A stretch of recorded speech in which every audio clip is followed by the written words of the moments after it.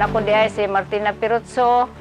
nga usa ka membro sa kapunungan sa Namasak ug ako pod ang nahimong Vice Presidente sa among kapunungan sa Namasak sa nakayusang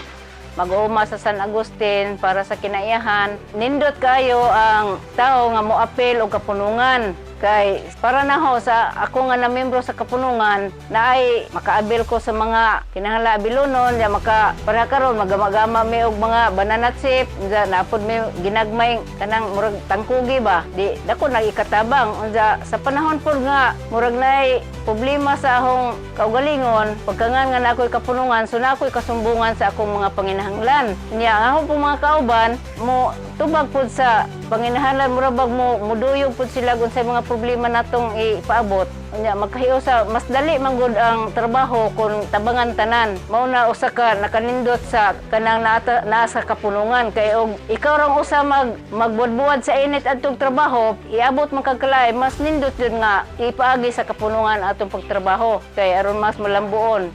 Nya gipaningkamutan pud mi nga kanang makahimo nagbarog ba sa among kaugalingon nga dili na magsalig og bisan unsa bisan kinsa nga nanajoy pagpaningkamot sa kaugalingon pinaagi sa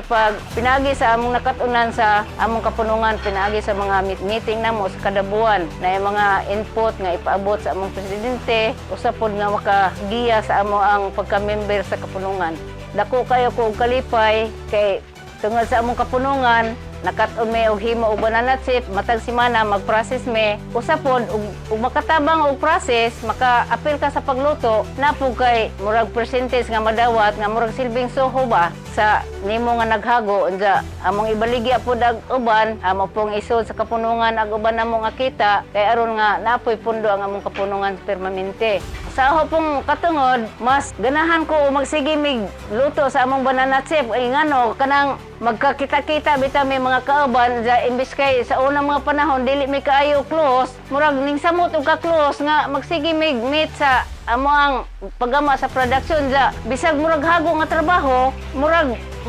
malingaw ra ba naghimo pod mi og trial farm para sa